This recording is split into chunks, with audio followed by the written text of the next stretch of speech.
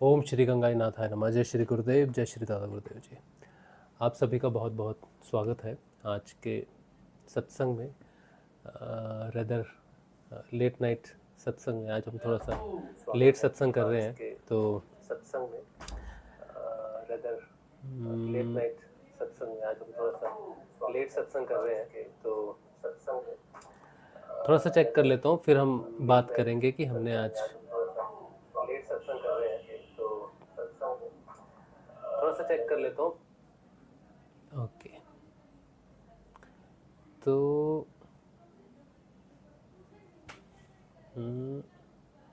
अभी ठीक है। चलिए, तो आज जो हम डिस्कस करने वाले हैं सत्संग में, आज थोड़ा सा मैंने मोबाइल पोर्ट्रेट वीडियो रखा है, लैंडस्केप नहीं रखा है, तो थोड़ा सा चेंज कर रहा हूँ। थोड़ा सा देखते हैं कि कैसे इसमें आता है। ठीक है। अच्छा, आज जो हम डिस्कस करेंगे, मैं आपको उसका थोड़ा सा स्क्रीनशॉट दिखा देता हूँ, कुछ पिक्चर्स मैं आपको दिखा देता हूँ ताकि आपको थोड़ा सा आइडिया हो जाए कि हम क्या करने वाले हैं। ठीक है। चलिए, तो ये कुछ पिक्चर्स हैं। जैसे ये पिक्चर आप देख रहे हो ना, ये शिव जी की एक पिक्चर है, इसमें महामृत्युंजय मंत्र लिखा हुआ है। ठीक है। इस पर हम डिस्कस करेंगे आज कुछ ऐसे मंत्र जो जैसे मैंने लिखा है सिद्ध मंत्र और जागृत मंत्र या चेतन मंत्र, या जैसे जितने भी मंत्र हैं अलग अलग तरह के, जितने भी हमें जानकारी है, हमारा अनुभव है, उस पर हम थोड़ी सी बात करेंगे ताकि लोग जो मंत्र जप रहे हैं उनको थोड़ा सा आइडिया हो कि जो मंत्र आप जप रहे हो उसका क्या कार्य होगा, कैसे वो सिद्ध होगा, या कैसे आपकी जो इच्छा है वो पूर्ण होगी, आपको किस तरह के मंत्र आपको जपने चाहिए। ठीक है। ये बहुत महत्वपूर्ण बात है। बहुत जीवन कट जाता है लोगों का, लेकिन कुछ नहीं मिलता लास्ट में, अंत में। तो आज का जो सत्संग है ये मंत्रों के ऊपर में है, और कौन सा मंत्र कैसे प्रभाव देता है आपको, उस पर जितनी मेरी जानकारी है उतना मैं आपके साथ शेयर करूंगा। ठीक है। जैसे ये एक देखा आपने अभी, ये शिव जी का एक मंत्र है, महामृत्युंजय मंत्र। मेरा पर्सनल अनुभव है शिव जी के इस मंत्र के ऊपर में, किस तरह से ये काम करता है मंत्र, इसकी जानकारी मुझे है, तो मैं आपको बताऊंगा उसके बारे में। फिर उसके बारे में, ये महामृत्युंजय शिव है। ठीक है। शिव और महामृत्युंजय शिव की तस्वीर में थोड़ा अंतर होता है। ठीक है। अच्छा, इसके बाद गायत्री माता है, गायत्री मंत्र लिखा हुआ है, और उसके बाद हनुमान जी की एक तस्वीर देख रहे हो आप। ठीक है।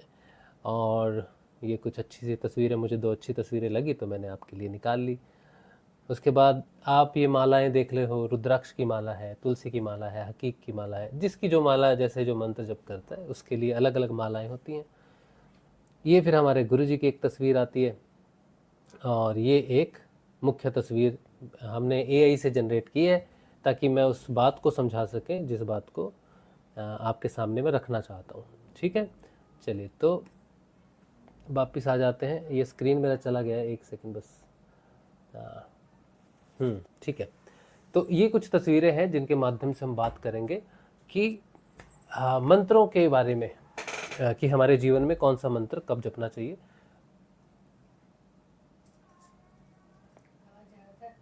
हाँ, नहीं कोई बात नहीं, सॉलिड। ठीक है। आपका कोई प्रश्न हो मंत्र के ऊपर में तो आप प्रश्न पूछ सकते हैं। अगर लाइव लेंगे, प्रश्न पूछेंगे तो ठीक है, नहीं तो फिर बाद में हम कोशिश करेंगे कि उसका जवाब हम आपको मैसेज में दे दें। ठीक है। चलिए, सबसे पहले तो मुख्य बात जो आपको जाननी चाहिए कि ये जो सृष्टि है ये शब्द से बनी है। मंत्र भी शब्द होते हैं। ठीक है। तो हमारा जो शरीर है या हमारा जो पूरा ब्रह्मांड बना हुआ है वो शब्द से बना हुआ है। कबीर जी की अगर आप कुछ दोहे देखोगे, उनकी लेखनी में देखोगे, तो उन्होंने शब्द के विषय में बहुत कुछ लिखा है। उन्होंने लिखा है कि शब्द, जो गुरु शब्द को जपता है, गुरु भी वही महान होता है और शिष्य भी वही महान होता है जो शब्द को जपता है या शब्द को धारण करता है। तो शिव शब्द की जो लीला है वो बड़ी अपरंपार है। तो शब्द से ही, शब्द ब्रह्म से पर ब्रह्म को पाने की बात आती है। ठीक है। अब आते हैं कि मंत्र जो होते हैं, कुछ मंत्र हमें मिल जाते हैं घर से, हमारे पिताजी, हमारे माताजी दे देते हैं। जैसे हमारे पिताजी ने हमें एक मंत्र दे दिया था कि भाई ये जपो, तो वो भगवान श्री कृष्ण विष्णु जी का मंत्र था, ओम नमो भगवते वासुदेवाय। तो वो मंत्र हमने जपा, ठीक है, क्योंकि घर से मिला, खाना खाने से पहले या पूजा पाठ में जब भी हमें अवसर मिलता था तो वो मंत्र हम जपते थे। लेकिन उसका क्या प्रभाव है, क्या बात, कैसे करना है, उसका कोई नियम नहीं था, कोई नियम पापा ने नहीं बताया। सिर्फ इतना कहा कि खाना खाने से पहले से जप लो, सुबह उठ के नमस्कार कर लो भगवान को, ठीक है। तो वो हमारी प्रार्थना के लिए वो एक मंत्र था कि हमारा दिन अच्छा हो, सब कुछ अच्छा रहे, भगवान की कृपा बनी रहे। तो वो मंत्र बस मिल गया, लेकिन उसका कोई कार्य ऐसा नहीं था जो हम उससे कोई कार्य सिद्ध करें, ठीक है। थोड़े हम बड़े हुए तो हमें शिव जी की तरफ शिव जी ने आकर्षित किया। हम शिव जी की तरफ नहीं गए, बल्कि शिव जी ने हमें अपनी तरफ आकर्षित किया। एक फ़ोटो मैं आपको दिखाता हूँ शिव जी की। तो ये वो फ़ोटो है, ये तो वैसे भोलेनाथ की एक शिवलिंग की एक फ़ोटो आप देख रहे हो। शिवलिंग को तो हम भोलेनाथ ही मानते हैं सब। मुझे एक पत्थर मिला था जो एक मैदान में खेलते हुए, बहुत छोटा था तब मैं, 8-9 साल का रहा हूँगा शायद। तो मुझे एक पत्थर मिला जो शिवलिंग के आकार का था, सफ़ेद रंग का था, एक उस पर एक धारी बनी हुई थी जो सर्प की तरह थी। तो वो मैं लेके आया, मैंने माता जी से कहा। हमारे घर में शिव जी की पूजा नहीं होती थी, विष्णु जी की होती थी, क्योंकि मेरे पिताजी श्री कृष्ण भक्त थे, तो वो कृष्ण जी की पूजा करते थे। तो ये आज्ञा ली मैंने उनसे। वैसे कोई विरोध नहीं करते थे कि शिव जी का नहीं कर सकते। हमारे वहाँ पे एक रोपड़ में, पंजाब में मैं रहता था, वहाँ पे एक मंदिर था, बहुत बड़ा मंदिर था, उसका नाम था लहरी शाह मंदिर। तो वहाँ जन्माष्टमी भी मनाई जाती थी, शिवरात्रि भी मनाई जाती थी, हम सब लोग वहाँ जाते थे, झांकियाँ बनती थी मंदिर की। तो ऐसा कोई विरोध नहीं था कि तुम इसकी पूजा नहीं कर सकते या हनुमान जी को नहीं, बस मेनली श्री कृष्ण की पूजा होती थी हमारे घर में। तो मुझे शिव जी का जब पत्थर मिला तो मैंने माता जी से पूछा कि मैं क्या, ये शिवलिंग जैसा लग रहा है, मुझे मिला है, मेरा है, तो मैं पूजा करूँगा इसी की। तो वो एक बच्चे का भाव होता है, शिव जी कौन है क्या है मुझे कुछ मालूम नहीं था। तो माता जी ने कहा हाँ बेटा, लेकिन तुम्हें दूध चढ़ाना पड़ेगा रोज़ सुबह सुबह। तो मैंने कहा ठीक है, आप मुझे थोड़ा सा दूध देंगे तो मैं चढ़ाता रहूँगा। तो वहाँ से मेरी आराधना जो है शिव जी के प्रति मेरा शुरू हुआ। लेकिन क्या मंत्र है, कोई मंत्र नहीं था। तो वो सिर्फ शिव जी के प्रति मेरा एक आकर्षण था कि मुझे मिले हैं शिव जी, मुझे इनका ध्यान रखना है। शिव जी को मेरा ध्यान रखना है ऐसा मेरा कुछ नहीं था, लेकिन मुझे इस पत्थर का, इस शिवलिंग का ध्यान रखना है, ये मेरा है, इसकी सुरक्षा, इसकी पूजा पाठ मेरी जिम्मेदारी है, घर में किसी की जिम्मेदारी नहीं है। तो वो पहला कनेक्शन भगवान शिव ने क्रिएट किया बचपन में मेरे साथ। और उसकी फिर मैं सुबह पूजा करता था, वही सब। और मंत्र ओम नमः शिवाय हो गया, जय भोलेनाथ हो गया, तो ऐसा कोई मंत्र था नहीं, सिर्फ भगवान को बुलाने वाला मंत्र था, प्रेम का संबंध, भाव का संबंध था बस एक। जब मैं बड़ा हुआ तो मैं जब घर से बाहर चला गया, इंजीनियरिंग करने के लिए मैं बाहर चला गया, तो घर पे वो पत्थर रह गया। और वो 4 साल जब मैं बाहर रहा तो इधर हमारा घर पूरा बदल चुका था, मतलब जीवन बदल गया था हमारा बहुत। तो जब मैंने इंजीनियरिंग कंप्लीट कर ली 2003 में, तो इलेक्ट्रॉनिक्स एंड कम्युनिकेशन की मैंने इंजीनियरिंग की पढ़ाई की। और जब मैंने अपनी परीक्षा वगैरह दे के सब फाइनल करके जब मैं घर आया अपना सब बोरी बिस्तरा लेकर, तो मेरे बड़े भाई थे, अभी तो वो नहीं रहे, उन्होंने मुझे कहा कि तुम दिल्ली चले जाओ, वहाँ पर हमारी माताजी जो है वो एडमिट है हॉस्पिटल में। तो मुझे मालूम नहीं था कि माताजी को हुआ क्या है, मैं पढ़ाई कर रहा था तो मुझे बताया नहीं किसी ने। तो मेरी माताजी को एक लाइलाज बीमारी हुई जिसे कैंसर, हम जानते हैं कि कैंसर होता है। तो उस समय मैं तो बहुत घबरा गया था उस समय कि ये क्या है। तब मेरे एक नाना जी के छोटे भाई ने, उन्होंने मुझे एक मंत्र दिया। उन्होंने कहा कि तुम्हारी माताजी का वैसे तो मेडिकल में कोई इलाज नहीं है, तो तुम ये मंत्र जपो।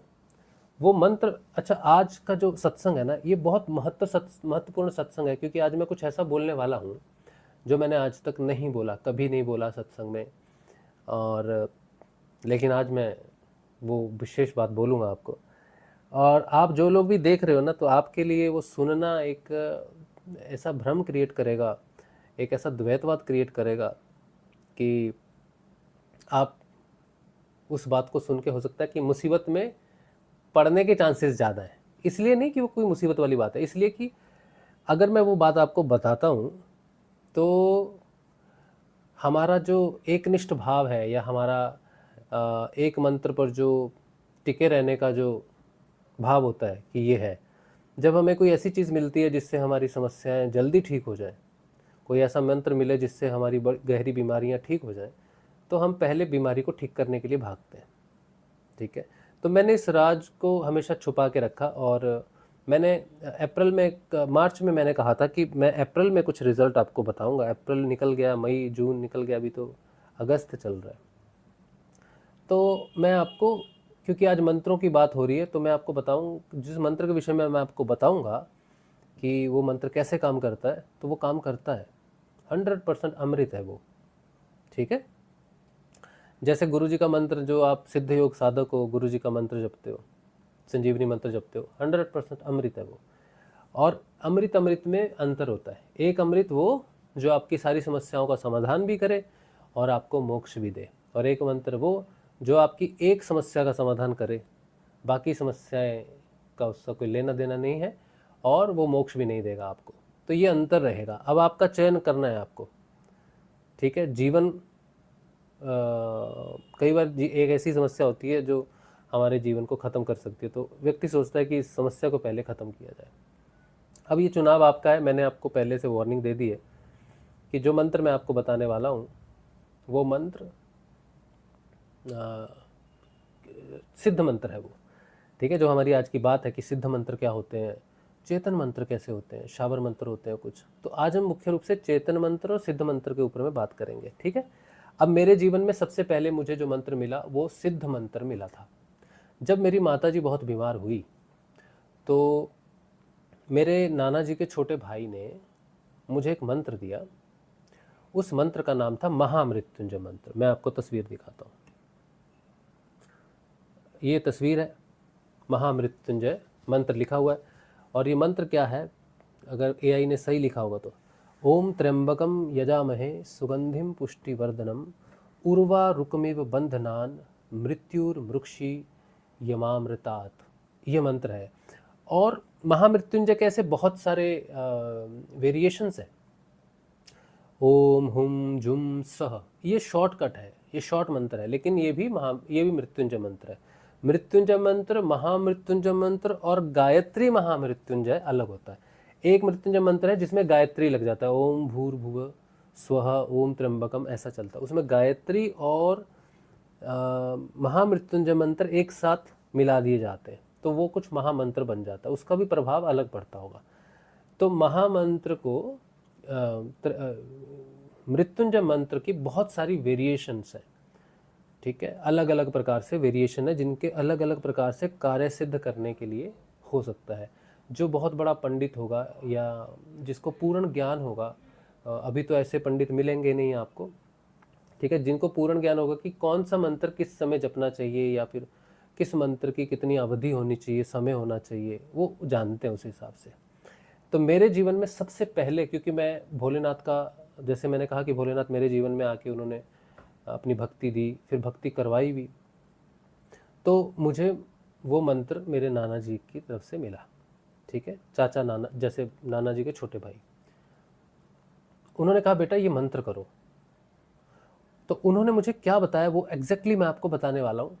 ठीक है, उन्होंने मुझसे कहा कि इस मंत्र को तुमने 11 बार पढ़ना है। सुबह सूरज निकलने के बाद, मतलब 6-7 बजे, 6 और 7 बजे के आसपास, और शाम को सूर्य ढलने से पहले, यानी कि 4 और 4:30 का समय मान लो। मौसम कोई भी चल रहा हो, गर्मियों में, सर्दियों में तो सूरज जल्दी छिप जाता है ना, तो 4:30 बजे तो एक टाइम है फिक्स कि 4:30 बजे हो जाना चाहिए। तो उन्होंने कहा बेटा 11 सुबह तुमने करना है 11 बार, शाम को 11 बार करना है। और उन्होंने कहा कि इसको करने का एक तरीका है महामृत्युंजय को।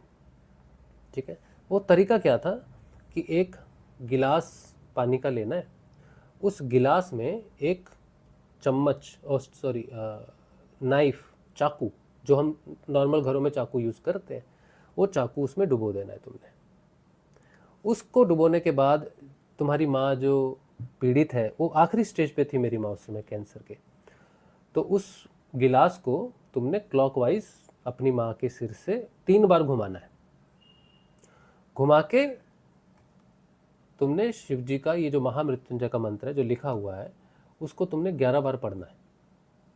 पढ़ा, और पढ़ने के बाद तुमने फिर से वो 3 बार क्लॉकवाइज, चाकू डूबा हुआ है उसमें, 3 बार घुमाना है। ठीक है, अब घुमाने के बाद अब चाकू से वो पानी, शिव जी की कोई फोटो हो, मूर्ति हो, फोटो ही थी हमारे पास तो उस समय, मूर्ति तो थी नहीं, तो वो 3 बार चाकू से शिव जी को पिलाना है पानी, 3 बार चाकू से ही पिलाना है। फिर चाकू वापस उसमें चला जाएगा। अब जो वापस पानी बचा वो जो तुम्हारी माता जी हैं जिनको ब्लड कैंसर है उनके हाथ में देना है, जैसे प्रसाद की तरह देते हैं, और उनको बोलना है पी लो, जितना थोड़ा सा मतलब देना है उसे, चाकू से वैसे गिलास से ऐसे डाल दिया थोड़ा सा पानी, और उन्होंने वो पी लेना है। अब जो पानी तुम्हारे पास बचा है, पूरा तो नहीं पीना ना, जो बचा है जिसमें चाकू डूबा, अब इसको लेके तुम बाहर जाओ, और तुम्हारे घर के बाहर कोई पेड़ होगा, पेड़ मतलब एक ये नहीं, मतलब ये क्या बोलते हैं इसको, प्लांट वगैरह नहीं, मतलब पेड़ हो, जो मुझे तो पेड़ ही बोला था, तो पेड़ में जाके तुम उसको डाल देना। ठीक है, पेड़ में डालने के बाद हो गया। खाने पीने का या किसी प्रकार का कोई भी नियम नहीं बताया, बस यही बताया। अब यही चीज़ तुमको शाम को करनी है, सूरज ढलने से पहले। सुबह करनी है सूरज उगने के बाद, मतलब 6, साढ़े 6, 7 बजे का टाइम, 7 बजे से पहले पहले हो जाए तो, और शाम को सूरज ढलने से पहले। और ये तुमको सुबह शाम करना है 21 दिन तक। चाकू वही रहेगा, गिलास वही रहेगा, शिव जी की तस्वीर वही रहेगी। जो व्यक्ति कर रहा है अपने लिए भी कर सकता है, ये चीज़ अपने लिए भी की जा सकती है और दूसरे रोगी के लिए भी की जा सकती है, तुम्हारा ब्लड रिलेशन जिसके साथ है। ठीक है, अब ब्लड रिलेशन नहीं है तुम्हारा तो तुम कर सकते हो कि नहीं कर सकते हो ये मुझे मालूम नहीं है, लेकिन मुझे तो ब्लड रिलेशन था मेरी माता जी। ठीक है, अच्छा। और उन्होंने मुझे एक समय की अवधि बताई, उन्होंने बताया कि 21 दिन तक तुम्हें ये करना है। ठीक है, 21 दिन तक करना है वगैरह, और यही प्रोसीजर रहना चाहिए, कुछ चेंज नहीं। तो मैंने शुरू किया, और तीसरे दिन मेरी माता जी, तीसरे दिन भी नहीं, पहले दिन की बात है, सुबह किया, शाम को थोड़ा सा बेटर लगी। आप देखो, लास्ट स्टेज कैंसर की है जहां पर डॉक्टर ने कहा कि अब नहीं बचेगी, कुछ ही दिन है। तो पहले दिन थोड़ा इम्प्रूवमेंट दिखा, दूसरे दिन और थोड़ा इम्प्रूवमेंट दिखा, तीसरे दिन मेरी माता जी ने 6 रोटियां खाई है। ब्लड कैंसर के व्यक्ति को भूख नहीं लगती, लास्ट स्टेज पे सुनना बंद हो जाता है, खून नहीं है बदन में, भूख तो लगती नहीं है। और तो मेरी माँ ने कहा, क्योंकि उस समय हम मामा जी के घर रहते थे, तो मामा जी हमारे बहुत रिच नहीं, उतने अमीर तो नहीं, साधारण व्यक्ति हैं, तो बोले हम सब रोटियां इतनी खाएंगे तो कैसे चलेगा उनका। तो मैंने कहा तुम चिंता मत करो, तुम मेरी रोटी खा लो, लेकिन भूख लग रही है तो खाओ, तुम बीमार हो। मेरे मामा जी ने मुझे मना किया था मेरे मामा जी ने कहा था कि ये चीज़ें काम नहीं करती हैं बेटा, अब उनका समय हो गया जाने का, कुछ नहीं किया जा सकता। तो मैंने कहा था कि मेरी माता जी ने तो मुझे जन्म दिया, मेरे लिए इतना कुछ किया, तो 21 दिन के लिए उनके लिए मंत्र कर लूँगा तो मेरा क्या ही जाएगा। तीसरे दिन वो रोटी खाने लगी, चौथे 5वें दिन से बेटर होने लगी, और आप यकीन मारो 21 दिन आते आते मेरी माता जी पैरों पर खड़ी, बिल्कुल ठीक हो गई, कोई रोग ही नहीं है। ब्लड कैंसर लास्ट स्टेज पे हो, और 21 दिन में, 21 के तीसरे दिन से, मैंने कहा पहले दिन से ठीक होनी शुरू हो गई, 21 दिन में तो ठीक हो गई बिल्कुल। अब हम उसको लेके गए अपने एम्स, दिल्ली का जो एम्स हॉस्पिटल है, वहाँ उनका इलाज चल रहा था। मेरे मामा जी वहाँ पर उस समय वार्ड बॉय थे। ठीक है, अभी तो बेहतर हो गए होंगे, अभी तो उनकी तरक्की होगी। तो डॉक्टर के पास लेके गया, जो डॉक्टर ने कहा था कि बचेगी नहीं। मैं मम्मी अपनी माता जी के साथ था। डॉक्टर ने मेरी माता जी को देखा और क्या बोला, पहला शब्द उसने कहा, अरे ये जीवित कैसे है, मतलब ये जिंदा कैसे है। अब मुझे उस समय तो बड़ा गुस्सा लगा सुन के कि मेरी माता जी के बारे में ऐसा बोल रहा है, लेकिन आज मुझे समझ में आता है कि वो हैरान हो गया कि जो कैंसर की लास्ट स्टेज पे हिल भी नहीं सकता है व्यक्ति, वो सामने खड़ा चल के आया है मेरे साथ, ठीक लग रहा है। उसके बाद 21 दिन होने के बाद हमने वो मंत्र छोड़ दिया, और मेरी माताजी मेरी मासी जी के पास चलेगी, छोटी मासी की, मतलब बीच वाली मासी, उनसे जो छोटी बहन थी उनके पास चलेगी। मेरठ रहती थी मेरी मासी जी, और अपना सिलाई का काम शुरू कर दिया। मैं भी अपने दोस्तों के पास चला गया कि चलो करके आए, इंजीनियरिंग तो नौकरी वोकरी ढूंढेंगे, कुछ करेंगे। अच्छा, मैं खुद बहुत बीमार था, मेरी माताजी को ब्लड कैंसर था, और मुझे अल्सरेटिव कोलाइटिस हुआ 2001 में। ये 2003 की बात है। तो मैं बहुत ज़्यादा बीमार था, लेकिन ये मंत्र तो मैंने माता जी के लिए किया। अपने लिए जब मैंने देखा माता जी ठीक हो गई हैं, जब मैं अपने दोस्तों के वहाँ पर गया रहने के लिए, मुझे ना एग्जैक्टली समय याद नहीं आ रहा, वो 2003 की बात ही है या 2004 की बात है, मुझे कुछ समझ में नहीं आ रहा, याद नहीं है एक्चुअली। अब मैंने कहा कि हाँ, वो 2003 की बात है। मैं अपने दोस्तों के पास चला गया और मैंने कहा माता जी एकदम ठीक हो गई है, तो ये मंत्र मुझे भी तो ठीक कर सकता है। अच्छा, अल्सरेटिव कोलाइटिस का कोई इलाज नहीं है और ये बहुत ख़राब बीमारी है, इससे जीवन नष्ट हो जाता है, ख़त्म हो जाता है। एक व्यक्ति को अगर आप जेल में डाल दो, किसी व्यक्ति को जेल में डाल दो और उसे कहो तुम जेल में तो रह सकते हो, जेल से बाहर नहीं जा सकते, ठीक है। तो ये जीवन, ये जो अल्सरेटिव कोलाइटिस बीमारी होती है, इसमें आदमी घर में ही रहता है, बाहर नहीं जा सकता, क्योंकि वो उसको बार बार लेटरिन जाना पड़ता है, खा नहीं सकता। बहुत बहुत मतलब ये जेल है एक तरह की। भगवान अगर आप पर कृपा करे कि तुझे चल जेल में नहीं भेजता हूँ, तुझे घर में ही तेरी जेल बना देता हूँ, मैं एक लिबर्टी दे दी आपको कि तू जेल में नहीं जाएगा, लेकिन घर ही तेरे लिए जेल बन जाएगा। वो वैसी ऐसा जीवन है ये। अब जो कर सकते हो आप, फाइट करनी पड़ती है जीवन में बहुत। तो मैंने कहा मेरे लिए भी हो सकता है। अब जब मैंने आज आपको देखो बड़ा खुल के बताया, पहली बार मैंने कैमरे पर ये पूरा रहस्य आपको बताया है। मैं नहीं बताता था, बस नहीं बताने की कभी वो ऐसी वो भावना नहीं हुई, लेकिन मेरे अंदर वो दबा हुआ था ना, तो मैंने आज उसे निकाल दिया। फिर मैंने कहा कि माँ ठीक हो सकती है तो मैं क्यों नहीं ठीक हो सकती, मैं क्यों नहीं ठीक हो सकता।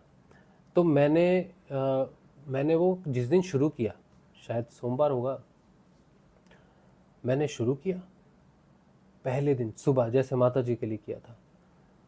तो मैं क्या देखता हूँ कि शाम तक मेरा पेट ठीक है, मुझे कोई समस्या नहीं हुई। खाना भी मैंने ऐसा खाया जो नहीं खा सकते, पराठे वराठे खा लिए 2-3 सुबह जो हजम ही नहीं होते, तेल वाले।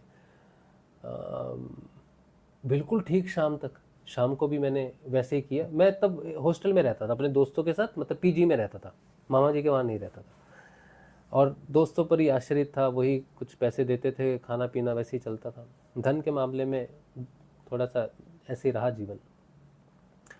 तो दोस्त लोग खिला देते थे, वही रहने का देते थे सब। क्योंकि मैं तो नौकरी करता नहीं था, उनकी नौकरी लग चुकी थी, किसी छोटी मोटी नौकरी अभी शुरू ही हुई थी, उन सब करियर तो शुरू ही हुआ था अभी इंजीनियरिंग के बाद, तो छोटी मोटी नौकरी सभी की लग गई थी। दूसरे दिन भी मैंने किया वो मंत्र और बिल्कुल ठीक, पूरा दिन ठीक। और फिर तीसरा दिन आया, तीसरे दिन भी मैंने सुबह वो मंत्र किया, एकदम ठीक, कोई बीमारी नहीं है पेट में। जिस बीमारी से मैं 4 साल से, जिसने मेरी हालत ख़राब कर दी, 45 kg मेरा वेट, 50 kg वेट हो गया था, इतना मतलब हालत ख़राब होती है। जिन आप सर्च करोगे तो आपको पता चलेगा, मतलब आप इसमें कुछ नहीं कर सकते। तो मेरे बिल्कुल ठीक हो गया 3 दिन में। तो मैंने कहा यार नौकरी कर लेनी चाहिए, दोस्तों पर क्यों क्यों रहना, दोस्तों के सहारे, है ना। अपना एक पढ़े लिखे तो हमने कि हमको भी मिल जाएगी नौकरी, बस बाहर ही तो जाना। तो मैं गया लक्ष्मी नगर, दिल्ली से बसंत विहार, अगर जो दिल्ली वाले हैं उनको पता होगा कितना दूर है, अभी तो मेट्रो वेट्रो बन गई, तब तो नहीं थी मेट्रो। तो लक्ष्मी नगर से वसंत विहार में मुझे एक नौकरी मिली 5,000 की उस समय। मैंने कहा मैं करूँगा, मुझे कितनी दूर जाना पड़े या बस में आना पड़े, मैं करूँगा, मुझे पैसे चाहिए। 3500 रुपये की नौकरी मिली थी मुझे, 3500 रुपीज़ इंजीनियरिंग करने के बाद, क्योंकि और कोई चारा नहीं था ना, कुछ भी चाहिए बस महीने का। तो मैंने तीसरे दिन वो किया, ठीक है। और शाम को बसंत विहार से वापस आते आते मुझे 7 बज गए। और वो जो मंत्र की जो नियम था वो शाम को सूरज ढलने से पहले का था। तो मैंने शाम को 7 बजे आके किया, मैंने ध्यान ही नहीं दिया उस चीज़ पर। अगले दिन सुबह मंत्र किया, अगले दिन चला गया नौकरी करने। फिर वो लेट हो गया, जगह लेट हो गया, तो मैंने कहा लेट हो गया तो आज यहीं कर लेते हैं मंत्र। तो मैंने वो जहाँ पर मैं नौकरी करता था वहीं पर ही वो सारा प्रोसेस कर लिया। उस चौथे दिन मेरी हालत थोड़ी सी, मुझे लगा कि थोड़ा सा ख़राब है, लेकिन मैनेज हो गया। 5वें दिन मैं जब गया, 5वें दिन मैं ऑफिस गया हूँ और मुझे वो समस्या हुई। तो वापस मैं किसी तरह पहुंच गया। 5वें दिन तो मुझे समस्या हुई, रास्ते में बड़ी समस्या हुई, बड़ी मुश्किल से पहुंचा मैं। और 6ठे दिन मैंने सुबह उठ के मंत्र किया उठ के, लेकिन वो वापस आ गई बीमारी पूरी तरह से। अब मैं वो कर रहा हूँ, मंत्र कर रहा हूँ तो कोई असर नहीं हो रहा, 0 असर हो रहा है। वापस वही कंडीशन होगी। जॉब तो छूट गई, वो लोग बोल रहे कि तुम जॉब पे नहीं आ रहे। मैंने कहा तबीयत ठीक नहीं है। 6 दिन, 7 दिन, 8 दिन, 9 दिन, 10 दिन मैं करता गया रोज मंत्र, कोई असर नहीं हुआ। वो जो मैं मंत्र मैंने किया, उसके बाद तो मैं क्या करूं मुझे समझ नहीं आ रहा। 11 बार की जगह मैंने कहा 21 बार करता हूं, शायद कुछ हो जाए। 21 बार की जगह 101 बार करता हूँ, 108 बार करता हूँ, एक माला कर लेता हूँ, 11 माला कर लेता हूँ, 21 माला कर लेता हूँ, कोई असर नहीं हुआ, कोई असर नहीं हुआ। मैंने हर तरीका आजमा लिया। फिर मैंने अपने नाना जी को फ़ोन किया, मैंने कहा नाना जी यार ऐसी ऐसी बात है, क्या करूं? तो उन्होंने फिर दूसरा तरीका बताया कि ऐसा सुबह कर ले, ऐसा कर ले। मैंने किया, कोई असर नहीं हुआ। समझ रहे हो मैं क्या बोल रहा हूँ? मैंने इतनी लंबी चौड़ी कहानी जो आपको सुनाई है ना, ये इसलिए सुनाई है कि सिद्ध मंत्र का एक तरीका है, एक नियम है, वो सिद्ध है ऑलरेडी, ठीक है। और उस मिट्टी से जो एक घड़ा बन गया वो बन गया, फिर उसका कुछ नहीं हो सकता। फिर हुआ एक गलती क्या हुई, अब वो जो मंत्र था उसका कवच बनता है, सिद्ध मंत्र कवच बनाते हैं। तो मेरी माँ का जो कवच बना था वो बना 21 दिन के लिए हमने किया था, और वो 1 साल तक बिल्कुल ठीक रही। और जिस दिन मैंने मंत्र शुरू किया था, ठीक अगले साल उसी दिन वो बीमार हो गई, फिर से कैंसर लौट के आ गया। और 2003 में जो डॉक्टर ने तारीख दी थी कि ये इतने समय में मर जाएंगी, 2004 में जब वो वापस आई बीमारी, तब मैं दूसरी जगह नौकरी करता था, महाराष्ट्र में परली में गया। वहाँ से मेरे मामा जी ने फ़ोन किया कि हालत ख़राब है, वापस आ जाओ। तो मैं वापस आया, हॉस्पिटल में पहुँचा। हॉस्पिटल में जाके मैंने मंत्र किए माँ के लिए कि फिर से करता हूँ, तुम ठीक हो जाओगे, कोई चिंता नहीं है। लेकिन मंत्र असर नहीं किया। अब मेरी माँ पर भी असर नहीं कर रहा वो। मेरी माँ के अंतिम शब्द ये थे कि बेटा, गुरु बचा सकता है। यही उसका लास्ट मेरे साथ वार्तालाप है कि जब उसने कहा था कि कुछ नहीं काम कर रहा तो गुरु बचा सकता है, गुरु को ढूंढ। तो मैंने कहा कैसे ढूंढूं गुरु को, कहाँ से ढूंढूं? वो उसका अंतिम दिन था रविवार का, और वो चल बसी। महामृत्युंजय मंत्र मैंने 2003 से लेकर 2014 तक हर तरीका अपना लिया मैंने, लेकिन वो काम नहीं किया। महामृत्युंजय की पुस्तक खरीदी, अलग अलग तरीके के अलग अलग मंत्र, सारा सब कुछ ट्राई कर लिया, लेकिन कुछ भी काम नहीं किया। 2014 में मैंने शिवजी से प्रार्थना की। मैंने उनसे प्रार्थना की कि शिवजी आपसे तो हो नहीं रहा। लिटरली मेरे डायरेक्ट वर्ड यही थे भगवान से कि भगवान जो मुझे चाहिए वो आपसे नहीं हो रहा, तो मैं आपका ये महामृत्युंजय मंत्र करता हूँ 40 दिन के लिए।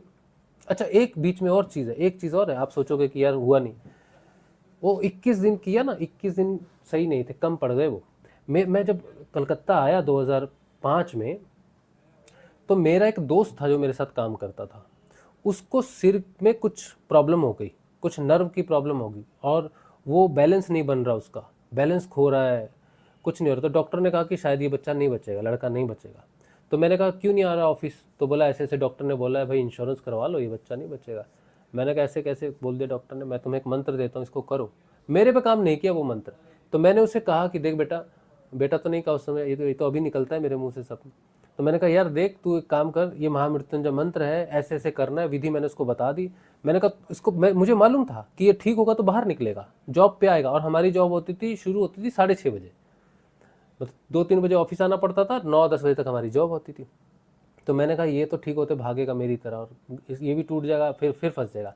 तो मैंने उसे कहा देख, तू तू एक ही तरीके से करना, तू सुबह एक माला कर लेना 108 बार। मैंने 11 बार नहीं बोला उसको, मैंने कहा तू सुबह एक माला शिव जी की 108 बार करके वो घुमा के सब प्रोसीजर करना, लेकिन सुबह सुबह ही करना बस, शुरू वैसे ही करना, पहला दिन जैसा करेगा, और वो 41 दिन तक तो वैसा करना। अब मेरे पास और तो टाइम 21 दिन में नहीं हुआ तो मैंने उसको 41 दिन बोल दिए। वो लड़का तीसरे दिन ऑफिस आया, बोला मैं ठीक हूँ। मैंने कहा बस वो छोड़ना नहीं भाई, तू ठीक है जो भी है। तो बोला नहीं मैं करूँगा। तो उसने 41 दिन तक किए, और उसका 41वां दिन जिस दिन था उसने मुझे कहा कि राजू भाई आज हो गया 41 दिन मेरा। मैंने कहा हो भी गया है ना, फिर भी तो इस मंत्र को जपते रहना, एक कवच बना रहेगा तेरा। तो वो जपता रहा। वो लड़का शादी वादी होगी, ठीक है, अभी तक वो लड़का बढ़िया मस्त है, भगवान की कृपा बनी रहे उस पर। और वो मंत्र उस पर पूरी तरह काम किया, 100% काम किया। क्यों? क्योंकि अवधि का बड़ा मैटर करता है। 41 दिन की अवधि और प्रोसेस बड़ा मैटर करता है। मेरी माँ के टाइम में प्रोसेस खराब नहीं हुआ, बीच में भंग नहीं हुआ, तो वो 1 साल तक बना। लेकिन उस लड़के ने 41 दिन तक किया तो उसका लाइफ चल रहा है। ठीक है, कितना दिन चलेगा मुझे क्या ही मालूम है, तो कुछ बोल नहीं सकता उस चीज़ के बारे में। मेरा 3 दिन मैंने किया, वो कभी बना नहीं मंत्र। तो जो सिद्ध मंत्र होते हैं, जैसे गायत्री मंत्र है, जैसे ये महामृत्युंजय के बारे में मैं आपको बता रहा हूँ, और भी बताऊंगा। ये महामृत्युंजय, ये वो तस्वीर है महामृत्युंजय भगवान की, आप इसके बारे में पढ़ोगे तो आपको जानकारी मिलेगी। ये गायत्री मंत्र है। गायत्री मंत्र भी इस तरह से कोई गुरु जी, गायत्री मंत्र गुरु जी ने, हमारे जो श्री रामलाल जी स्याग गुरुदेव हैं, उन्होंने भी गायत्री मंत्र का एक नंबर ऑफ टाइम, मतलब उन्होंने कहा था कि 1.25 लाख जप करना है, और उसका एक नियम था कि सुबह उठ के करो, शाम उठ के करो, 3 महीने का समय था। तो गुरुदेव ने पूरा पालन किया और उनको गायत्री की सिद्धि हुई। तो ये जो सिद्धियों वाले मंत्र है, जैसे मैंने दिखाया कि महामृत्युंजय मंत्र है, ये सिद्ध मंत्र है, इनसे सिद्धि हो सकती है आपको। ठीक है, तो सिद्ध मंत्र है ये, और ये सिद्ध मंत्र के लिए किसी भी गुरु की आवश्यकता नहीं पड़ती है। तो आपको ये देखना है कि आप कौन से मंत्र से क्या मिलता है। जैसे महामृत्युंजय मंत्र क्या देता है आपको? सुरक्षा प्रदान करता है मृत्यु से, एक्सीडेंट से, अल्प मृत्यु से सुरक्षा करता है। ठीक है, तो ये सिद्धि हो गई, वो सिद्ध मंत्र है। गायत्री मंत्र क्या करता है? आपको इनलाइटनमेंट प्रदान करता है, आपको प्रकाश प्रदान करता है। ठीक है, अंदर का सत्य प्रदान करता है, और जो भी गायत्री मंत्र से नीचे के जो अंधकार हैं 3 लोग, उनमें प्रकाशित हो जाता है व्यक्ति, तो उसमें भी एक सत्य की जागृति आती है ना। तो इस तरह से सिद्ध मंत्र जो होते हैं वो सिद्धि प्रदान करते हैं। लेकिन मैं जहाँ तक जो मेरा अनुभव जो रहा कि चेतन मंत्र सिद्ध मंत्र से अलग होते हैं। अब ये जो शिव जी का जो मैं महामृत्युंजय मंत्र कर रहा था, एक चीज़ मैं आपको बड़ी अजीब सी बताता हूँ, ये कि सिद्ध मंत्र जो है, मैंने शिव जी से कहा कि शिव जी मैं तो ये जप रहा हूँ मंत्र महामृत्युंजय, कोई काम तो हो नहीं रहा, रोज जपता हूँ सुबह उठ के। एक दिन के लिए थोड़ा बहुत ठीक रहता था, लेकिन हर रोज सोते ही वो भंग हो जाता है। एक दिन का कवच बनता है, तो उससे तो हर रोज जपो, बड़ा मुश्किल होता था। कभी 11 माला करता था, कभी 21 माला करता था, कभी कुछ कभी कुछ कभी कुछ, रात भर जपता रहता था, लेकिन उसका स्थायी परिणाम मुझे नहीं मिला। तो परेशान होके 10-11 साल मैंने जपा वो मंत्र, और बहुत जपा, मतलब बहुत जपा, तो मतलब आप समझो जपा है मैंने। तो 11 साल बाद मैंने शिव जी से कहा कि प्रभु मेरे को और कोई मंत्र तो आता नहीं आपको प्रसन्न करने के लिए, मेरे को तो यही आता है, और इसमें मुझे कॉन्फिडेंस है। मेरे पे नहीं चल रहा, क्यों नहीं चल रहा, क्या क्या आप करना चाहते हो तो मुझे मालूम नहीं है, लेकिन मैं 40 दिन के लिए आपका महामृत्युंजय मंत्र करूंगा। इसके लिए मैं अलग से नियम पालन करूंगा। मेरी शादी हो चुकी थी उस समय, बेटा था, और मैंने अपनी वाइफ से कहा कि भाई मैं ये कर रहा हूँ 40 दिन के लिए, और ऐसा ऐसा खाना खाएंगे, खाने का पता नहीं क्या था, पर ब्रह्मचर्य का पालन करेंगे ऐसे ऐसे। और मैंने मांगा भोलेनाथ से कि अगर आप प्रसन्न हो जाओ तो मुझे गुरु दे देना, ऐसा गुरु जो मेरी समस्याओं का समाधान कर सके। तो मैंने वो मंत्र शुरू किया। 39th डे, मतलब 39वें दिन, मुझे गुरुदेव श्री रामलाल जी स्याग के बारे में पता चला। इनकी तस्वीर मैं आपको दिखा देता हूं। ये है, ये गुरुदेव रामलाल जी स्याग है। इनके विषय में मुझे 39वें दिन पता चला। आज मेरी वाइफ, में हम ये बात कर रहे थे सिद्ध मंत्र की और चेतन मंत्र की, तो मेरी वाइफ ने कहा कि यार ये कैसे, जिस मंत्र से तुम अपनी सेहत के लिए प्रार्थना कर रहे हो इतने सालों से, वो नहीं मिली। तुमने 40 दिन रख के गुरुदेव की बात मांगी तो उसने वो काम कर दिया मंत्र ने। सेहत तुमने मांगी, भंग हो गया, वो मंत्र बन नहीं रहा है तो तुम्हें मिल नहीं रही। लेकिन उसी मंत्र से तुमने गुरुदेव को मांगा तो तुम्हें गुरुदेव मिल गए, और वो गुरुदेव मिले जो तुम्हें आत्म चेतना प्रदान कर सकते हैं, जिस गुरु की तुम्हें तलाश है, जो तुम्हें समस्याओं का समाधान कर सके। ये कैसे संभव है? क्यों? कैसे कैसे? ये पार्शियलिटी क्यों? मंत्र अगर कुछ दे सकता है तो मुझे सेहत क्यों नहीं दी? गुरु मांगा तो दे दिया। तब मैंने उससे यही कहा कि शिवजी मेरा भला चाहते हैं, शिवजी मुझसे बहुत प्रेम करते हैं, क्योंकि मेरी सेहत ठीक हो जाती, मैं 100 साल जीऊँ या स्वस्थ रहूँ, संसार में बहुत कुछ करता, लेकिन मैं कभी आत्म चेतना के मार्ग पर नहीं आता, कभी नहीं आता। अगर मेरी सेहत अच्छी होती तो मैं लिख के देता हूँ, मैं भगवान का नाम जप करता ही नहीं, मुझे इंटरेस्ट ही नहीं है। अध्यात्म में आत्म जागृति क्या होती है, ध्यान क्या होती है, मेरा विषय ही नहीं है। नो इंटरेस्ट इनटू साधना, पता भी नहीं था साधना होती क्यों, बस भगवान का नाम जप करना है, भगवान से प्रेम है, वो अलग बात है, भगवान पर अटूट विश्वास है, वो भी है, लेकिन साधना, गुरु, ये सब मुझे, मैं कभी नहीं आता इस पथ पर। अगर मुझे मिल जाती, मेरी सेहत मिल जाती तो। लेकिन नहीं मिली, सेहत नहीं मिली, गुरु मिले।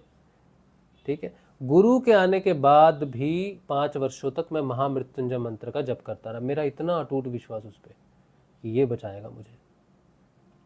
तो सिद्ध मंत्र का मैंने आपको बताया, मेरे जीवन का अनुभव मैं बता रहा हूँ कि सिद्ध मंत्र की एक पर्टिकुलर एक नियम होता है, एक टाइमिंग होती है, वो अगर टूट गई ना तो फिर वो दूसरी बार आपके लिए काम नहीं करेंगे, और उसके लिए गुरु की आवश्यकता नहीं होती है।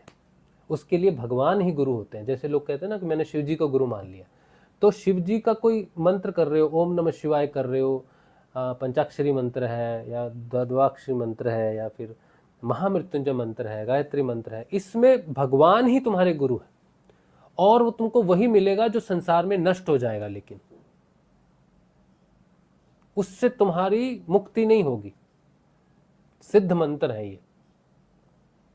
ठीक है, अच्छा, अब सिद्ध मंत्रों के बारे में पता चला। अब कुछ एक शावर मंत्र भी आपने सुने होंगे, शावर मंत्र होते हैं ना। तो गोरखनाथ जी ने शावर मंत्र बड़ा मशहूर कर दिए कि शावर मंत्र है, शावर मंत्र है। शावर मंत्र क्या होते हैं? शावर मंत्र जो है वो एक तरह से सिद्धि वाली मंत्र होते हैं, समझो, लेकिन वो गुरु शिष्य परंपरा में या फिर किसी जैसे सिद्ध और नाथ परंपरा है ना, सिद्धों की, नाथों की परंपराएं होती हैं, तो अलग अलग परंपराएं होती हैं उनकी। तो अलग अलग परंपरा में अलग अलग मंत्र हो सकते हैं। जैसे गोरखनाथ जी ने सिद्ध योग को 12 भागों में विभाजित कर दिया, 11 भाग शिव जी की उपासना के और 1 भाग शक्ति की उपासना का रखा। शक्ति की उपासना वाले को उन्होंने कह दिया आई पंथ।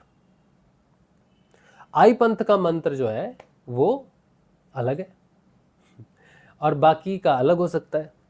ठीक है, हो सकता है, मुझे पता नहीं है, तो लेकिन अलग कर दिया। इनके साधना के तरीके अलग हैं। एक ही लीनियज में सिद्ध भी हो सकते हैं, नाथ भी हो सकते हैं। तो सिद्ध और नाथ जो है वो दोनों अलग अलग परंपरा को दर्शाते नहीं है, एक ही परंपरा में से। जैसे आई पंथ है, आई पंथ में नाथ भी हो सकते हैं और आई पंथ में सिद्ध भी हो सकते हैं। अब नाथों में और सिद्धों में क्या अंतर है? मुख्य रूप से जो मेरी अल्प बुद्धि से मैंने जाना वो ये कि जो नाथ है वो अविवाहित हो सकता है,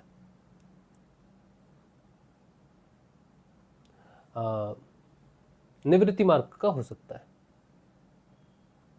और जो सिद्ध होगा वो फैमिली मैटर का हो सकता है, फैमिली वाला हो सकता है, शादीशुदा हो सकता है। ये मेरी अल्प बुद्धि से मैं जो मैंने देखा वो मैं बोल रहा हूँ, समझ में जो मुझे आया। बाकी तो क्या गुप्त ज्ञान है पीछे तो गोरखनाथ ही जाने। तो इस आई पंथ में कोई विवाहित है व्यक्ति, वो आ जाएगा, उसको अगर ये रास्ता पूरा इसका हो जाता है, पूर्ण हो जाता है, तो वो सिद्ध कहलाएगा। और कोई अविवाहित आता है, कोई साधु आता है, वो इसमें आएगा तो वो नाथ कहला सकता है, अपने नाम के साथ नाथ लगा लेगा। ठीक है, तो हमारे दादा गुरुदेव का नाम है गंगाई नाथ जी, गंगाई नाथ जी। काजलवास में हम जाते हैं। काजलवास एक ऐसी जगह है जहाँ पर हमारे गुरुओं की समाधियाँ हैं। ठीक है, वहाँ पर 9 नाथों की समाधियाँ हैं, लेकिन 2 समाधियाँ ऐसी हैं जो 2 सिद्धों की हैं। तो 2 समाधियाँ सिद्धों की और 9 समाधियाँ नाथों की हैं। तो ये सिद्ध और नाथ 2 अलग कैसे? रास्ता तो एक ही है, आईपंथी था, लेकिन उनको सिद्ध कहते हैं और बाकियों को नाथ कह रहे हैं। क्यों कह रहे हैं? कोई तो अंतर होगा कि वो नाथ कहलाया, वो सिद्ध कहलाया, तो वो फैमिली वाला हो सकता है। हमारे गुरुदेव रामलाल जी स्याग है ना, तो उनको हम नाथ नहीं बोलते, रामलाल जी नाथ, जैसे गंगाई नाथ जी बोलते हैं, भाऊ नाथ जी बोलते हैं, ठीक है, कंकड़िया नाथ जी, इस तरह नाथ लगता है, गोरखनाथ जी, मछिंदर नाथ जी, ठीक है, तो नाथ लगता है। लेकिन जैसे माधव दास हो गया सिद्ध, सिद्ध माधव जी, ऐसा कुछ लगेगा, लेकिन नाथ नहीं लगेगा उनके साथ। तो इस तरह से हो सकता है, थोड़ा सा अंतर। ये थोड़ा सा और इसमें थोड़ा डिस्कशन करेंगे कभी आने वाले समय में, थोड़ी और जानकारी हमें हो जाएगी, थोड़ा और बेहतर हम जान लेंगे, तो इस बात पर बात करेंगे। तो शाबर मंत्र एक गुरु परंपरा, शिष्य परंपरा में या एक सोसाइटी, समाज के हिसाब से चलने वाले आपस में मंत्र है, शाबर मंत्र कह सकते हो उसको। उनकी एक प्रॉपर फॉर्मुलेशंस होती हैं, ठीक है, उस समाज के हिसाब से उसको, उस मंत्र को उस तरह से बनाया जाता है कि इस समाज में रहने वाले लोग इस मंत्र को कर सकें उनकी सहूलत के हिसाब से, ठीक है। तो अलग अलग शाबर मंत्र होते हैं। अब आ जाते हैं चेतन मंत्र के ऊपर में, ठीक है। ये आपने देख लिया, मुझे उम्मीद है, आशा है कि आपको ये आज का जो सत्संग है ये समझ में आ रहा होगा, ठीक है। ये हमने बात कर ली। इसके बाद हनुमान जी का जैसे मंत्र होते हैं, कुछ मंत्र हैं जो, जैसे हनुमान चालीसा है, ठीक है, तो हनुमान चालीसा भी किस में आएगी? सिद्ध में आएगी, सिद्ध मंत्रों में या फिर सिद्ध पद्धति में, क्योंकि इसमें हनुमान जी ही आपके गुरु हैं। आप हनुमान जी को प्रसन्न कर सकते हो, हनुमान चालीसा तो प्रकट हो जाएंगे सामने, क्या चाहिए बेटा, ठीक है, दर्शन दे देंगे हनुमान जी आपको। तो सिद्ध मंत्रों में भगवान या देव गुरु होते हैं और वो उसके उस मंत्र से प्रसन्न हो जाते हैं जो सिद्ध हो जाते हैं, जो सिद्ध हो चुके हैं, ठीक है। उन्हें सिद्ध करने की जरूरत नहीं पड़ती आपको, सिर्फ आपको एक नंबर ऑफ पीरियड तक जप करना होता है, नियमित से जप करना है, अनुशासन से जप करना होता है आपको। तो उसमें हनुमान जी का भी आ जाता है, ठीक है। अच्छा, जय हनुमान जी। हमने भी हनुमान जी को जपा है बहुत, लेकिन हाँ, शिव जी का शिव चालीसा करते थे, हनुमान जी का हनुमान चालीसा करते थे, कई वर्षों तक हनुमान जी का जप किया हमने। राम जी का फिर स्तुति होती थी उसमें, तो हनुमान जी का पुस्तक थी हमारे पास छोटी सी, सुबह 2 घंटे लगते 2 घंटे तो हम यही करते रहते थे। हमारी पत्नी परेशान रहती थी कि कब इसका पूजा पाठ खत्म हो, कब बाजार जाए, कब नौकरी जाएगा, नौकरी पे लेट तो पूजा पाठ में ही हमारा समय चल जाए। बीमार आदमी क्या करेगा, दवाइयाँ कोई काम नहीं करती, भगवान के नाम से थोड़ा बहुत जीवन चलता है तो चलता है, ठीक है। अब ये जो मालाएं मैंने आपको दिखाई हैं, ये मालाएं सिद्ध मंत्रों के लिए यूज़ कर सकते हो आप। अब जो भी माला होती है, किसी का कोई धर्म है, किसी का कोई धर्म है, तो ये अलग अलग मालाएं सिद्ध मंत्रों को जपने के लिए, जैसे रुद्राक्ष की माला शिव जी को प्रसन्न करती है, तुलसी की माला कृष्ण जी को पसंद करती है ना। तो जिस देवी देवता का जो मंत्र होता है, उसके पसंद के हिसाब से उस मंत्र को सिद्ध करने के लिए या लाभ उठाने के लिए, सिद्ध करने के लिए नहीं, लाभ उठाने के लिए उस सिद्ध मंत्र का आप अलग अलग मालाओं का प्रयोग करते हो। ये सब कुछ सिद्ध से जुड़ा हुआ है, सिद्ध मंत्रों से जुड़ा हुआ है। अब आगे आते हैं, ये हमारे गुरुदेव है श्री रामलाल जी स्याग। ऊपर ये मेरी पुस्तक है एक, मेरे पास यहाँ पुस्तक है, मैं देखो, नहीं मेरे यहाँ नहीं है, कहाँ पुस्तक, पुस्तक उधर। मैंने एक पुस्तक लिखी है आत्म जागृति के ऊपर में, आप उस पुस्तक को खरीद सकते हैं, 450 रुपये की पुस्तक है। आप मुझे व्हाट्सएप करेंगे, हम आपको भेज देंगे। अभी मेरे पास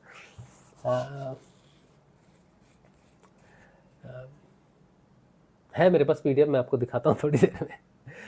तो वो पुस्तक आप ले सकते हो। ये उस पुस्तक का एक पेज है, बिना गुरु कृपा के आत्म जागृति संभव नहीं है। अब आते हैं चेतन मंत्र पर। तो कि चेतन मंत्र क्या होते हैं? चेतन मंत्र जो होते हैं वो, उसमें भगवान की कोई भूमिका नहीं होती चेतन मंत्र में। जैसे सोचो मंत्र है जय श्री राम, अब ये राम जी का मंत्र है ना, वैसे भी तो लोग जपते हैं जय श्री राम, लेकिन ये जय श्री राम चेतन मंत्र बनाया जा सकता है, किसी भी सिद्ध मंत्र को चेतन मंत्र बनाया जा सकता है। तो समझो ये कि चेतन मंत्र जो है वो सिद्ध मंत्र भी हो सकता है और कोई दूसरा मंत्र भी हो सकता है, कोई भी नाम हो सकता है उस शब्द। लेकिन सिद्ध मंत्र अपने आप में सिद्ध है, लेकिन वो आपको चेतना प्रदान नहीं करेगा। लेकिन चेतन मंत्र किसी भी सिद्ध मंत्र को उठाकर उसको उसको चेतन कर करके उसको फिर आत्म चेतना के लिए प्रयोग किया जा सकता है, अगर गुरु चाहे तो। ठीक है, तो चेतन मंत्र का डायरेक्ट संबंध देवी देवता या भगवान से नहीं होता है, चाहे वो उस भगवान का नाम ही क्यों ना हो। कृष्ण जी का नाम है, हमारे गुरु जी ने हमें जो मंत्र दिया वो कृष्ण जी का है, राधा कृष्ण का मंत्र है, उसमें बीज है और एक नाम है, दो है। ठीक है, तो वो जो मंत्र है तो राधा कृष्ण का, लेकिन राधा कृष्ण से संबंध नहीं। आप राधा कृष्ण का ध्यान करोगे, राधा कृष्ण जी को नमस्कार करोगे, नहीं, कोई डायरेक्ट संबंध नहीं है उनका। अब इस राधा कृष्ण के मंत्र का संबंध गुरु से। अब इस मंत्र में जो प्राण प्रतिष्ठा है, जो चेतन जिसे हम बोलते हैं, जैसे आप जीवित हो ना, मैं जीवित हूं इस समय, आप जीवित हो, जितनी दुनिया इस समय जीवित है ना, तो कहते हैं चेतन है भैया, जाग रहा है। तो जो शब्द है उसमें गुरु अपने प्राण भर देता है।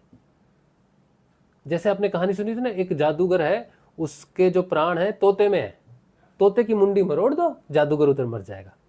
तो जादूगर की मुंडी मरोड़ोगे तो जादूगर नहीं मरेगा, तोते की मुंडी मरोड़ोगे तो उधर बेचारा जादूगर मर जाएगा। तो इसी तरह से गुरु का प्राण उस शब्द में रहता है। जिस शब्द में गुरु अपने प्राण को रख देता है वो शब्द चेतन हो जाता है। अब गुरु का जो शरीर है वो वृद्ध होके एक दिन मर जाएगा, है ना, शरीर तो मर जाता है ना, डिके हो जाता है। तो गुरु का शरीर चला गया, गुरु कहते ना मेरा गुरु मर गया, लोग कहते हैं। लेकिन जो गुरु चेतन होता है, जो शब्द को चेतन कर सकता है, जो अपनी चेतना को उस शब्द में डाल सकता है, वो गुरु शब्द होता है, वो उसे शब्द गुरु कहते हैं। और जो शब्द गुरु है उसी को चेतन गुरु कहते हैं। जैसे श्री गुरु ग्रंथ साहिब जी चेतन है। गुरु जी का जो मंत्र है, जो हमें जो मंत्र मिला संजीवनी मंत्र, वो चेतन मंत्र है, उसमें हमारे गुरु जी रहते हैं उस मंत्र में। तो चेतन, मेरी पुस्तक ला दो जरा। तो जो चेतन मंत्र है उसमें गुरु के प्राण रहते हैं और भगवान का कोई लेना देना नहीं उसमें। और चेतन मंत्र अंदर काम करता है, आपके आत्मा को जागृत करने का काम करता है। बीमारियों को तो ठीक करेगा, वो बाहर जितने भी त्रिविध ताप आपके ऊपर है वो तो ठीक करेगा, लेकिन वो जो मेन काम करेगा वो आपके हृदय में आत्मा को जगाएगा, सुषुम्ना को जगाएगा। सिद्ध मंत्र सुषुम्ना को नहीं जगाएगा।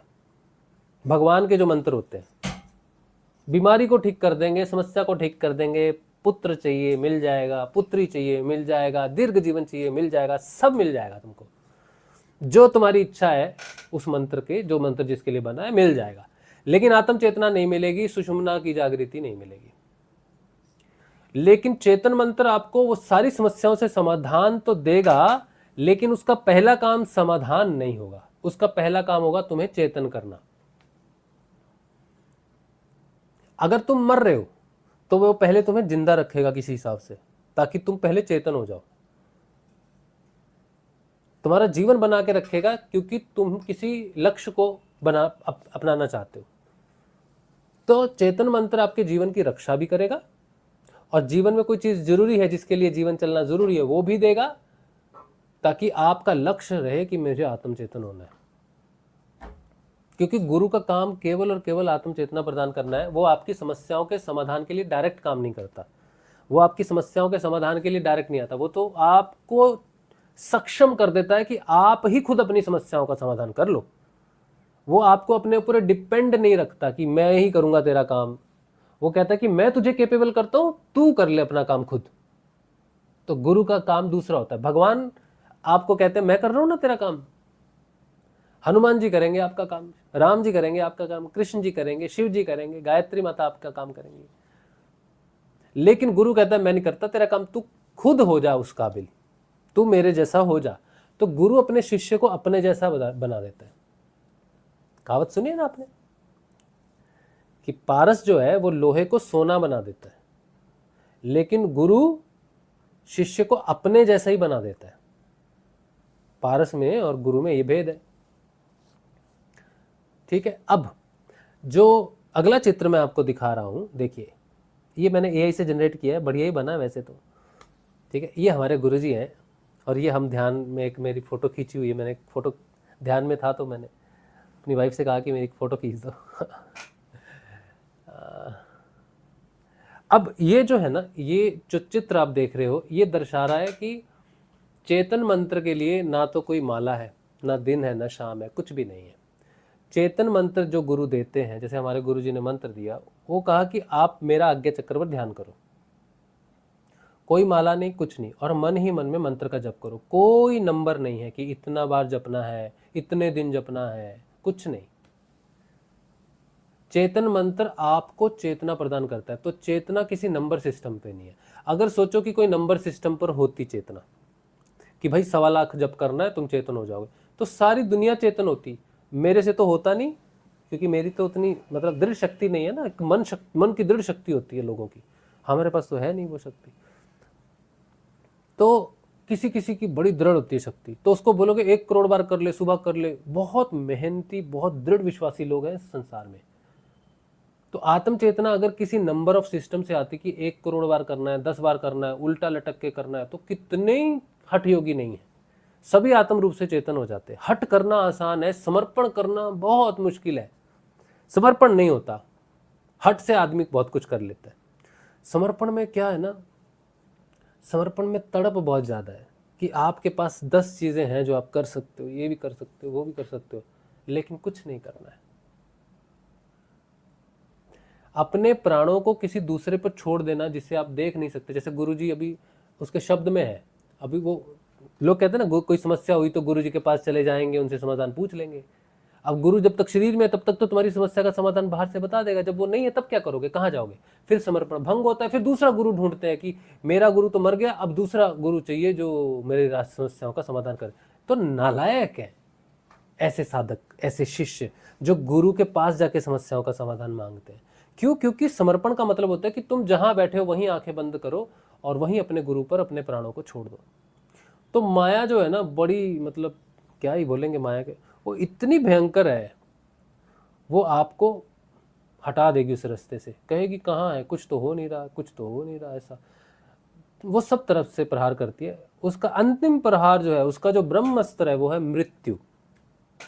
फिर तो साधक भटक ही जाता है कि अब तो पहले प्राण बचाने जरूरी है, गुरु जी को बाद में जप लेंगे। आत्म चेतना बाद में देख लेंगे, पहले प्राण तो बचे। तो आदमी प्राण बचाने के लिए निकल लेता है। तो गुरु मंत्र जो है, जो चेतन मंत्र है, वो कैसे काम करता है? गुरु की आज्ञा से काम करता है। अगर गुरु ने कहा कि ऐसे जपना है तो वैसे ही जपना पड़ेगा आपको। आप उसके लिए माला लेके बैठ गए या कुछ और करने बैठ गए, नहीं। अगर आपको सच में चेतन मंत्र का लाभ उठाना है तो सिर्फ और सिर्फ जैसे गुरु ने कहा है वैसे ही करना है। उसमें दूसरा कोई व्यक्ति एग्जिस्ट नहीं करता। आपकी कोई भी समस्या है, आंतरिक है, बाहरिक है, तीन क्लेश होते हैं, अधिदैहिक, दैविक और भौतिक।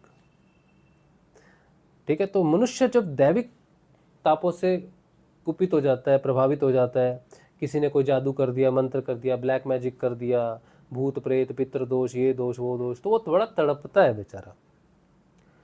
ऐसे केसों में सबसे ज्यादा लोग भटक जाते हैं, तांत्रिकों के पास चले जाते हैं, समस्याओं का समाधान करना शुरू कर देते हैं, वास्तु दोष में पड़ जाएंगे, वास्तु का समाधान करेंगे तो समस्या ठीक हो जाएगी, ये उपाय कर लेंगे तो समस्या ठीक हो जाएगी, वो कर लेंगे तो ठीक हो जाएगी। भटक जाता है मनुष्य, तो नहीं होता काम। तो गुरुदेव के लाखों करोड़ों शिष्य, नाम जब से ऊपर ही नहीं उठे अभी तक वो। तो नाम जब तो बेसिक है कि गुरुदेव कहते हैं नाम जब से होगा सब कुछ होगा। नाम जब से क्या होगा ये मालूम नहीं है उनको।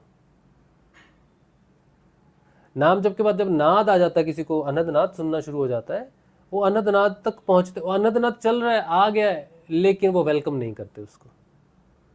उनको डर लगा रहता है, तो गुरुदेव ने तो कहा है भी नाम ही जपना है, गुरुदेव ने ये भी कहा है कि नाद आ गया तो नाद सुनो। वो तो शुक्र है भगवान श्री गुरुदेव का कि एक दो वीडियो में उन्होंने बोल दिया कि नाद आ जाए तो फिर मंत्र जपने की जरूरत नहीं है, नाद सुनो। अगर वो ये बात नहीं कहते तो मतलब कोई नाद को सुनता ही नहीं कभी।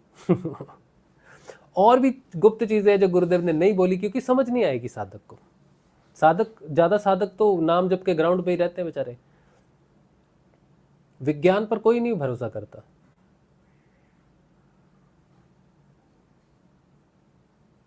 तो जिसके अंदर चेतन मंत्र एजपा जाप जाने के बाद जो चेतन हो जाता है व्यक्ति, उसके अंदर वो शब्द खुल जाता है, गुरु उसके अंदर जागृत हो जाता है। फिर गुरु की सारी बातें स्वयं अंदर से पता चलने जाए, तो कहते हैं अंदर से जवाब मिलेगा। कैसे? आपकी चेतना गुरु में परिवर्तित होने लग जाती है, गुरु की वाणी समझ में आने लग जाती है। गुरु ने जो जो बोला है, अगर वो रिकॉर्ड भी नहीं है, कहीं लिखा नहीं है और ना ही वो रिकॉर्ड हुआ। कुछ लोग मुझे फ़ोन करते हैं, कहते हैं हमें समझ नहीं आ रहा हम क्या करें, हमारे गुरुजी ने ना कुछ लिखा है ना कुछ बोला है, वो तो बहुत पुराने चले गए, क्या करें, आगे कैसे चलें। तो मैं ये कहता हूँ कि ये शिष्य अभी कहीं पहुँचे ही नहीं, इनको पता नहीं है, रहस्य नहीं पता ना, क्योंकि गुरु ने कुछ बोला, कुछ है जो गुरु जानता है, लेकिन उसने बोला नहीं, लिखा नहीं। कोई दिक्कत नहीं है बेटा, तुम उसके बताए मार्ग पर चलते रहो, वो गुरु वो शब्द के रूप में तुम्हारे अंदर खुल जाएगा और तुम्हें उसका ज्ञान हो जाएगा जो बोला ही नहीं गया। ब्रह्म विद्या बोली नहीं जाती, वो तो तुम्हें प्रकट होती है तुम्हारे अंदर। ये जो वेद है, उपनिषद है, कहां से आए हैं? अपने आप थोड़ी प्रकट हुए हैं, ब्रह्मवाणी से प्रकट हुए। अगर सारे वेद समझो खो गए, गुप्त लुप्त हो गए, किसी ने छुपा दिए, कोई वेद नहीं है, कोई उपनिषद नहीं है, कुछ नहीं है तुम्हारे पास, तब तुम सोचोगे अरे वेद ही नहीं है हमारे पास, ज्ञान ही नहीं है हमारे पास, है ना। लेकिन वो कहां से आएगा? तुम आत्म रूप से चेतन हो जाओ, तुम ब्रह्म की अवस्था में पहुंच जाओगे, तो जो तुम बोलोगे वही वेदों में लिखा हुआ तुमको मिलेगा। इसीलिए तो ब्रह्म ऋषि जो बोलते हैं वही ब्रह्म कहता है, उसकी वाणी ब्रह्मवाणी है। तो गुरु का तुम्हारे अंदर शब्द का खुलना, जिसे मैं कहता हूं शब्द खुल जाना। शब्द का खुल जाने का मतलब है गुरु तुम्हारे अंदर प्रकट हो गया है। अब वो सब तुम्हें पता चलेगा जो गुरु जानता था। धीरे धीरे तुम्हारी चेतना गुरु में परिवर्तित हो जाएगी। जिस दिन तुम पूर्ण रूप से गुरु में ट्रांसफॉर्म हो जाओगे, उस दिन गुरु का हर रहस्य तुम्हें पता चल जाएगा। बताया नहीं तो अंदर से कोई आवाज नहीं आएगी, तुम्हें जाना हुआ है तुमने। जैसे हम अपनी एज के हिसाब से अपने शरीर को जानने लगते हैं। एक बचपन से जो बच्चा है वो जवान हो जाता है, तो कैसे पता चलता है भाई? शरीर से पता चलता है ना, कोई बताता थोड़ी है ये हो रहा होगा। वो तो कहता तुम मत बताओ मुझे मेरे अंदर क्या हो रहा है, मुझे पता है क्या हो रहा है। माता पिता समझाते हैं बेटा ऐसा नहीं करना चाहिए, तुम बड़े हो गए हो, जवान हो गए, तो बोले हमें मत सिखाओ, हमारे अंदर क्या हो रहा है तुमको मालूम नहीं है, तुम्हारा टाइम चला गया हमारा। तो कैसे पता चल रहा है कि भाई उसका टाइम, उसके अंदर कुछ परिवर्तन उसको आ रहा है? हम तो बता रहे तो सुन नहीं रहा वो तो इसी तरह से गुरु की चीज़ें जो हैं, गुरु की जो वाणी है बेटा, वो लिखी हो नहीं लिखी हो, बोली हो नहीं बोली, इससे फर्क ही नहीं पड़ता। तुम्हारे अंदर जिस दिन गुरु का मंत्र, चेतन मंत्र खुल गया, उस दिन गुरु तुम्हारे अंदर प्रकट हो गया। ये जो पीछे तस्वीर दिखा रहे हैं ना, ये इसी बात को दिखाती है। वो अंदर है तुम्हारे, चेतन मंत्र का काम है ये। तो अभी ये जो पूरा वीडियो आपने देखा, इसमें मैंने दो चीज़ें आपको बताई हैं कि सिद्ध मंत्र क्या है, भगवान से चलते हैं, और जो चेतन मंत्र है वो गुरु की चेतना से चलते हैं। ठीक है, समझ गए आप? अच्छा चलो, तो ये एक चीज़ है। और एक चीज़ और है, ये हमारा सत्संग किससे चलता है आपको मालूम है? वो भी मैं आपको दिखा रहा हूँ, एक मिनट रुको। चलता तो गुरु जी की कृपा से है वो, ठीक है आपकी बात, ठीक है, रुको एक मिनट। अच्छा, तो ये है एक सपोर्ट है हमारे सत्संग के लिए। अगर आपको वीडियो आज का अच्छा लगा हो, इन्फॉर्मेटिव लगा हो, तो हम स्पॉन्सर ढूंढ रहे हैं अपने लिए, कोई अच्छा स्पॉन्सर हो। पहले कुछ स्पॉन्सर थे हमारे पास विदेश से जो हमें स्पॉन्सर करते थे, जिससे हमारा चलता था। अभी कुछ नहीं, अभी तो हमारे पास इंडिविजुअल लोग हैं जो थोड़ा थोड़ा स्पॉन्सर करते हैं, लेकिन हमें एक अच्छे स्पॉन्सर की ज़रूरत है। अगर आप कर सको तो अच्छी बात है, अगर नहीं कर सकते तो भी आप सत्संग अगर आपको अच्छा लगा हो तो आप सहयोग कर दें, सहयोग करें, जिससे कि हम आगे बढ़ें और काम ये करते रहें। ठीक है, चलिए अब आ जाते हैं वापस। मैंने एक पुस्तक भी लिखी है जो उन लोगों के लिए है जो नए साधक हैं। आप सिद्धयोग साधक हैं या नहीं हैं, लेकिन आप साधना करना चाहते हो, आपको साधना का कुछ मालूम नहीं है, गुरु कौन, शिष्य कौन, क्या होता है, तो बहुत सारी चीज़ें मैंने उसमें लिखी है। ये वो पुस्तक है, सीधी दिख रही होगी शायद, एक मिनट, ठीक है। ये वो पुस्तक है जो मैंने लिखी है, आवाहन, ठीक है। ये एक ऐसी पुस्तक है जिसके फीडबैक सब अच्छे हैं, सभी को बहुत पसंद आई ये पुस्तक, तो आप इसे ले सकते हैं। अभी ये हिंदी में है और ये हार्ड कॉपी है, 450 रुपये की पुस्तक है। ये भी आप ले सकते हो, मुझे व्हाट्सअप कर सकते हो आप। अमेज़ॉन पे भी है, ठीक है, अमेज़ॉन पे भी 450 पड़ती है। जिनको अमेज़ॉन से लेना है ले लो, जो मेरे से लेना चाहते हैं मुझे व्हाट्सअप करेंगे और मैं उनको पर्सनली यहाँ से भेज दूँगा। चलिए, ठीक है, तो आज का ये सत्संग है। आपका कोई प्रश्न हुआ तो हम ले लेते हैं अभी, ठीक है, तो देख लेते हैं कोई प्रश्न अगर आपका है तो। जय गुरुदेव जी। अच्छा, शुरू से लेते हैं। सुनीता, जय श्री गुरुदेव, जय श्री गुरुदेव, नमस्कार, जय गुरुदेव, जय गुरुदेव। आज लेट हुआ ना सत्संग, इसलिए लोग थोड़े कम है, वैसे भी बहुत ज़्यादा होते नहीं है। एनीवेज, जय गुरुदेव, जय श्री गुरुदेव जी, जय गुरुदेव जी, जय गुरुदेव, जय गुरुदेव। ये मैसेज है, क्या मैसेज है? रजनीश, गुरु भाई आपका फेस ठीक से दिखाई नहीं देता है, ठीक से दिखाई नहीं देता है। दिख तो रहा है, नहीं दिख रहा, सॉल राइट। बात समझ में आ रही है ना मेरी। और आज का वीडियो एक ऐसा मैंने खुलासा किया है जो मैंने दबा के रखा था अपने अंदर। मैं सिद्ध योग साधकों को भ्रमित नहीं करना चाहता या उनको उनके मार्ग से भटकाना कभी नहीं चाहता कि वो एक मंत्र छोड़ कर दूसरे मंत्र के पीछे भागें। जैसे मैंने कहा कि महामृत्युंजय मंत्र जो है उसकी मैंने आपको पूरी प्रोसेस भी बता दी है। तो मुझे लगता था कि पता नहीं कैसे हो गया, आज मैंने बोल दिया। ये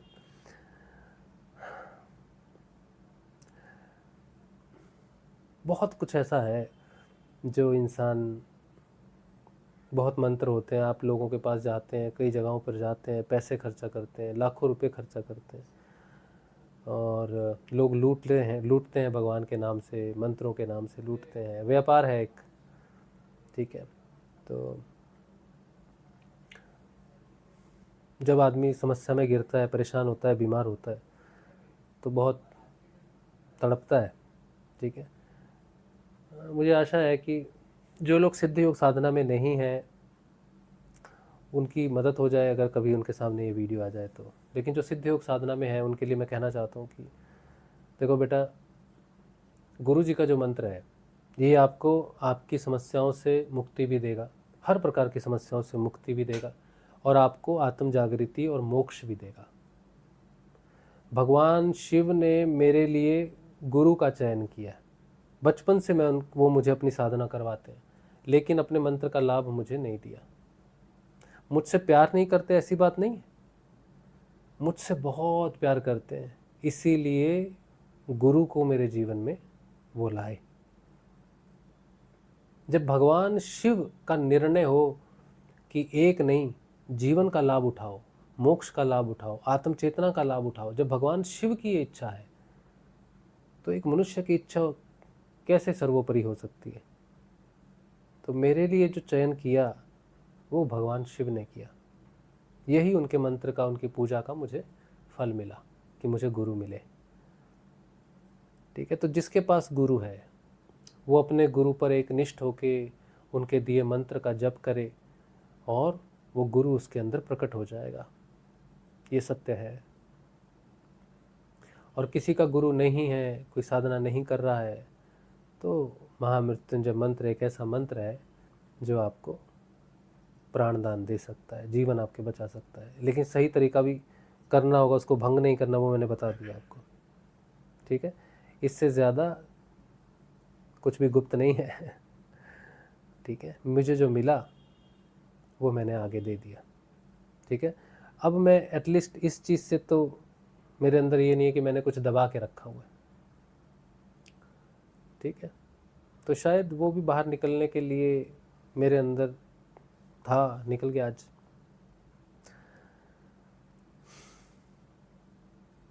ठीक है, आज का सत्संग यहीं रख देते हैं भगवान श्री गुरुदेव के श्री चरणों में।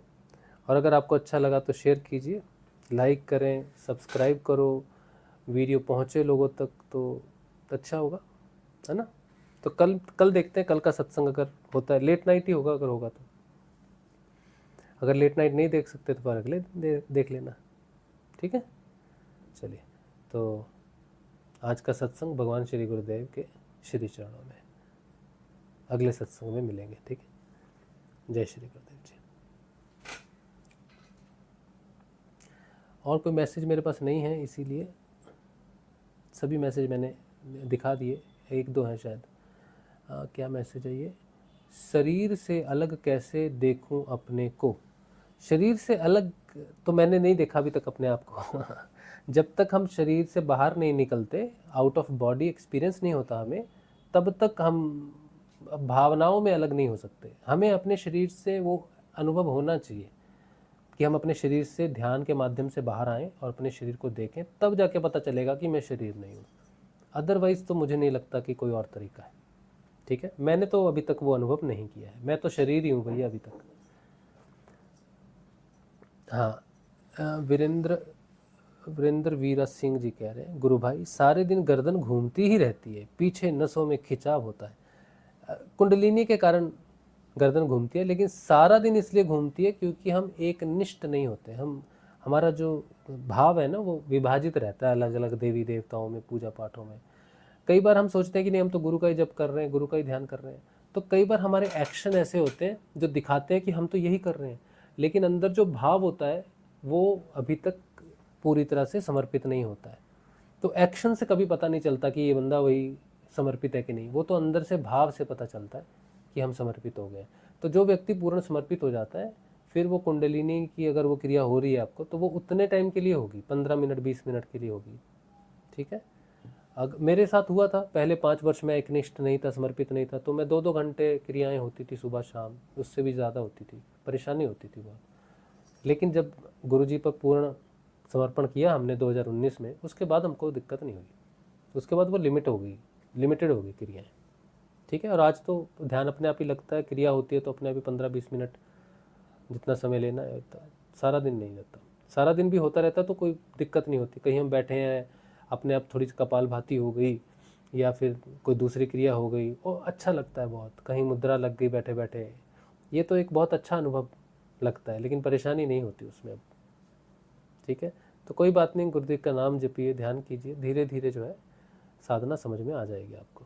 ठीक है, चलिए, जय गुरुदेव जी।